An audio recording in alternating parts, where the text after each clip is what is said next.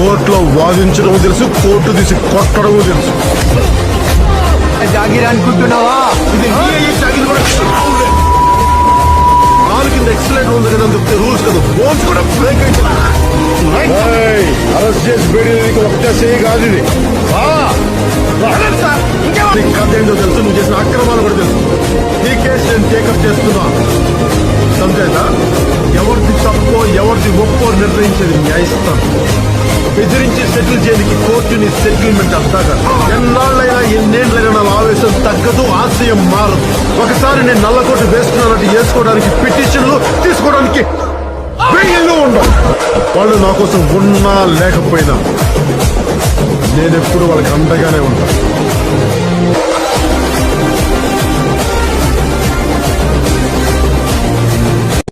కోర్టులో వాదించడం తెలుసు, కోర్టు తీసి కొట్టడం తెలుసు.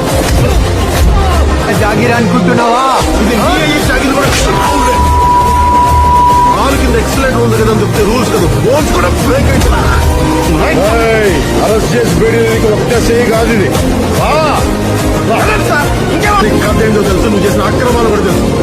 ఈ కేసు నేను టేకప్ చేస్తున్నా.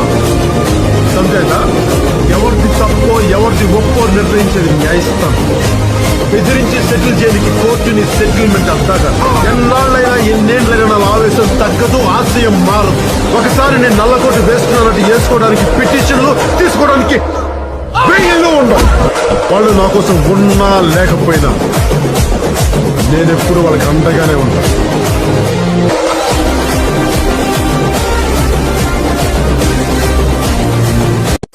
కోర్టులో వాదించడం తెలుసు, కోర్టు తీసి కొట్టడం తెలుసు. జాగిరి అనుకుంటున్నావా? ఇది ఈ జాగిరి కూడా కాలు కింద ఎక్సలెంట్ ఉంది కదా అని చెప్తే రూల్స్ కదా, బోన్స్ కూడా బ్రేక్ అవుతుంది. అరెస్ట్ చేసి బేడీకి ఒకటే చేయి కాదు ఇది. నీకు కథ ఏంటో తెలుసు, నువ్వు చేసిన అక్రమాలు కూడా తెలుసు. ఈ కేసు నేను టేకప్ చేస్తున్నా. సంజయ్దా, ఎవరిది తప్పో ఎవరిది ఒప్పో నిర్ణయించేది న్యాయస్థానం.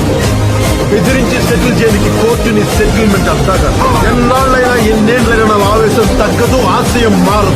ఒకసారి నేను నల్లకోటు వేసుకున్నానంటే వేసుకోవడానికి పిటిషన్లు తీసుకోవడానికి వెయ్యిళ్ళు ఉండవు. వాళ్ళు నా కోసం ఉన్నా లేకపోయినా నేనెప్పుడు వాళ్ళకి అండగానే ఉంటాను.